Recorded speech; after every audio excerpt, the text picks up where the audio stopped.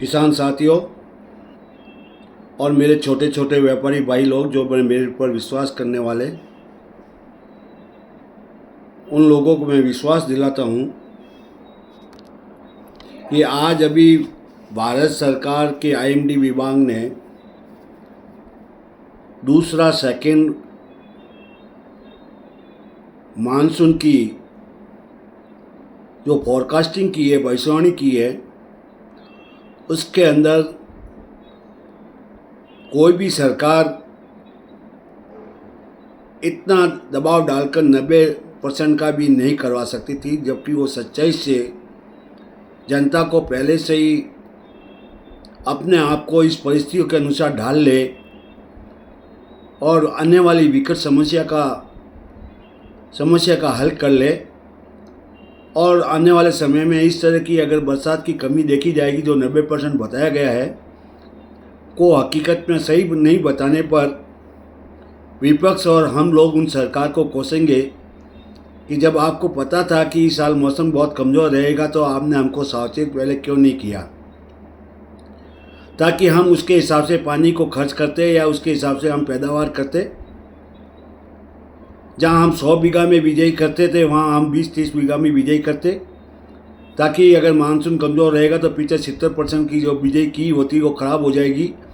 और वो एक तरह से बहुत बड़ा किसानों के ऊपर कर्ज के रूप में नुकसान हो जाता और देश को भी बड़ा नुकसान होता। इसी सोच के आधार पर भारत सरकार को मैं धन्यवाद कहूँगा और भारतीय मौसम विभाग को बहुत बहुत धन्यवाद दूंगा कि उन्होंने सच्चाई बताई है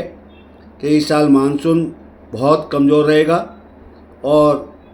एलपीजी 90% के अंदर रहेगा। ये थोड़ा एक तरह से एक बार तो ज़रूर थोड़ा टेंशन देता है, लेकिन भविष्य के लिए उन्होंने बहुत बढ़िया किया कि हम उसके अनुसार अपने आप को ढाल सकते हैं और उसके हिसाब से हम बिजाई कर सकते हैं। ये एक किसानों को संदेश दिया है। इसके साथ ही मैं किसानों को ये संदेश देता हूँ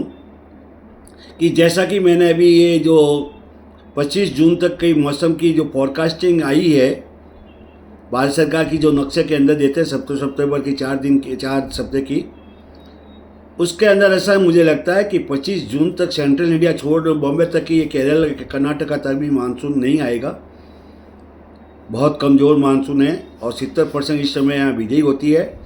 और इस एरिया के अंदर मूंग है, नरमा है, सोयाबीन है, मक्की है, अरहर है, उड़द है, ये चीज़ की बिजाई होती है और इसी के आधार पर जमाने की नींव रखी जाती है 70% ये केरल के मानसून से। अब नहरी बेल्ट का जो पानी से हमारे गंगानगर, हनुमानगढ़, हरियाणा के अंदर और ये ट्यूबवेलों के ऊपर जो बिजाई कर रहे हैं, उन किसानों को एक मेरी सलाह है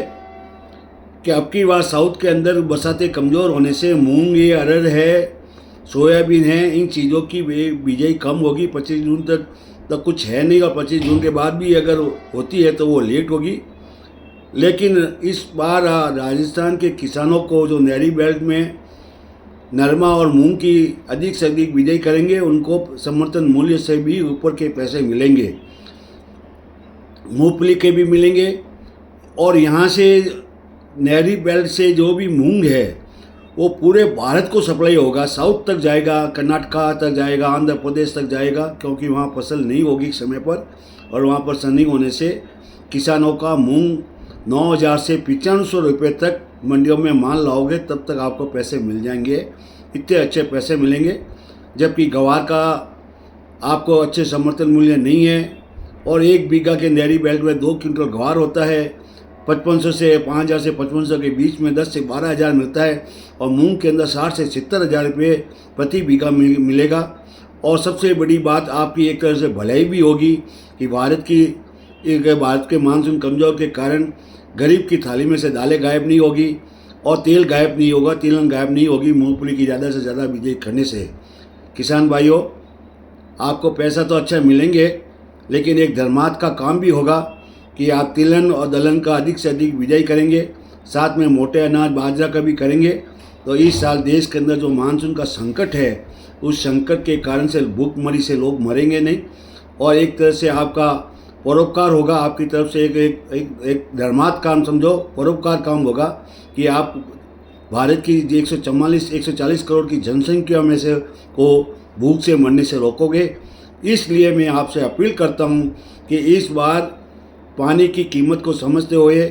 आप गवार की बिजाई नहीं करें, समर्थन मूल्य नहीं है जिसका, और 5 साल से आपको नुकसान ही दिया है। इस कारण से आप अधिक से अधिक मूंग की बिजाई करें, मोठ की बिजाई करें और मूंगफली की बिजाई करें और नरमा और बाजरा की करें। आपको पैसा भी मिलेगा और देश के हित में जन सेवा भी आप करोगे, क्योंकि किसान वर्ग भारत का पेट भरता है और इस महान परोपकारी काम में आपका बहुत बड़ा सहयोग रहेगा। इसलिए फिर आपसे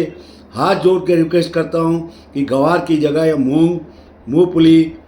मोटे अनाज और दलहन का अधिक से अधिक बिजाई करें और आपको समर्थन मूल्य से ऊपर पैसा मिलेगा, ऐसा मेरा सोचना है। और जन परों का भी कार्य भी आपके थ्रू होगा, जनता भूखे नहीं मरेगी। ये भी एक मानव सेवा होगा, धर्म होगा। यही राजा पटवा का कहना है। हाँ, जय जवान जय किसान।